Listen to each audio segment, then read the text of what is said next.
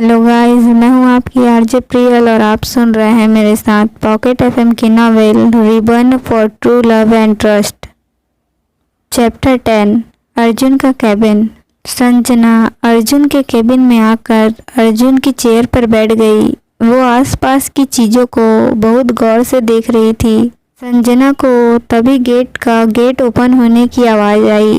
उसने अपनी नज़र उठाकर देखा तो गेट पर नताशा अपने चेहरे पर जलन और गुस्सा लेकर खड़ी थी। वो उसे ही घूर रही थी। नताशा को लगा संजना अपनी खूबसूरती के जाल में अर्जुन को फंसा लेगी। अगर ऐसा हुआ तो उसका अर्जुन के पैसों पर ऐश करने का सपना ही रह जाएगा। इसलिए वो संजना का पीछा करते हुए अर्जुन के केबिन में आ गई थी।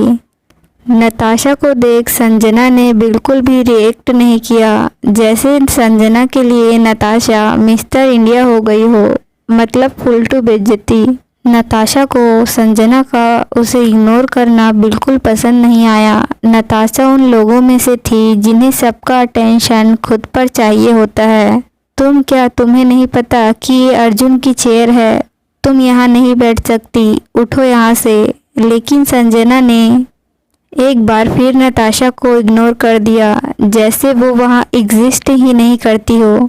नताशा को खुद को इग्नोर होता देख इस बार बहुत गुस्सा आया, तो उसने संजना का हाथ जोर से पकड़कर जबरदस्ती चेयर से उठाकर धक्का देकर नीचे गिरा दिया। संजना का ध्यान अपने इसलिए वो नताशा को ऐसा करने से रोक नहीं पाई। संजना को जब होश आया तो उसने देखा वो जमीन पर गिरी हुई है और नीचे गिरने की वजह से उसके पैर में मोच आ गई है।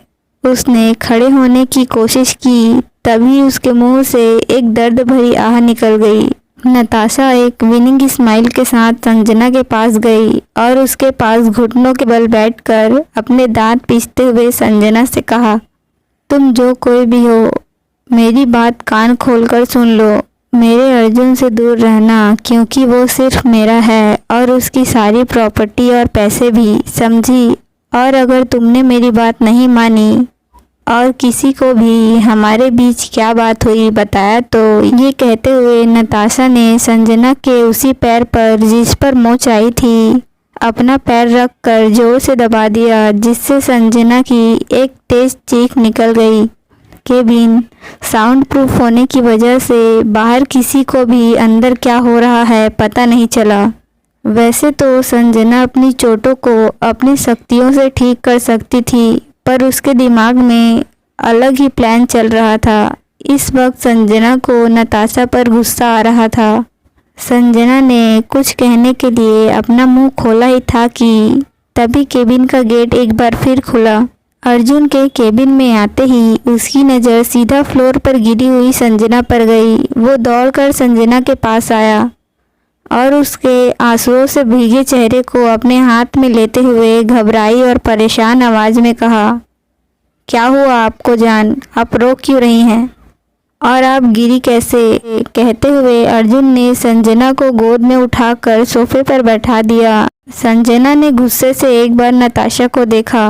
नताशा जो पहले से ही डरी हुई थी, संजना के ऐसे देखने से और ज़्यादा डर गई कि कहीं संजना अर्जुन को सब बता न दे। तो नताशा ने अर्जुन के सामने आकर अच्छा बनते हुए कहा, सर देखिए ना, आपने इस लड़की को अपने केबिन में बैठने के लिए कहा था, ये तो आपकी चेयर पर ही बैठ गई और आपके इम्पोर्टेंट डॉक्यूमेंट्स में छेड़छाड़ कर रही थी। और जब मैंने इसे मना किया तो इसने मुझे धक्का दे दिया, लेकिन तब इसका खुद का बैलेंस बिगड़ गया और ये गिर गई।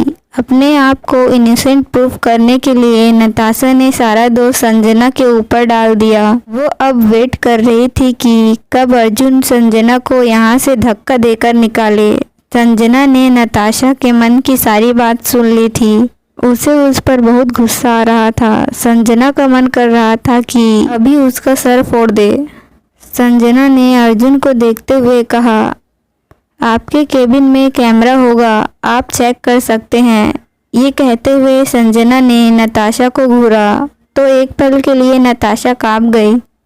थोड़ी देर बाद अर्जुन अपने लैपटॉप पर अपने केबिन की सीसीटीवी फुटेज चेक कर रहा था।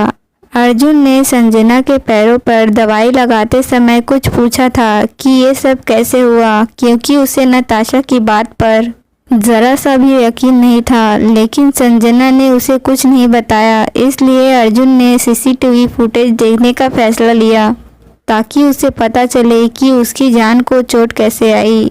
जैसे जैसे अर्जुन सीसीटीवी फुटेज देख रहा था, उसका गुस्सा बढ़ते जा रहा था। उसका चेहरा गुस्से से लाल हो गया था। तुम्हारी इतनी हिम्मत कि तुमने मेरी जान को हाथ लगाया, अर्जुन ने कहते हुए अपने खास बॉडीगार्ड को अपने केबिन में बुला लिया और जाकर संजना को अपनी बाहों में लेकर बैठ गया।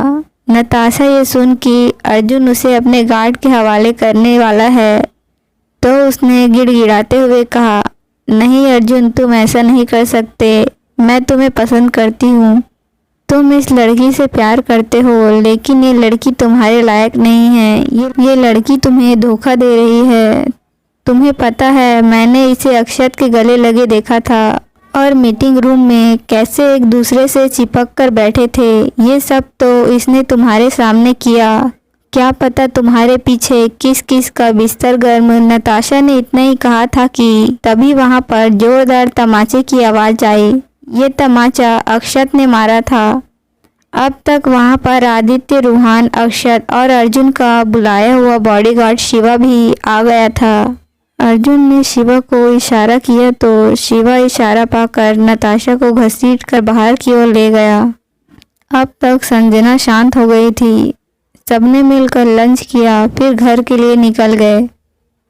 सो गाइस, आज के लिए बस इतना ही। मिलते हैं नेक्स्ट चैप्टर के साथ। Bye everyone.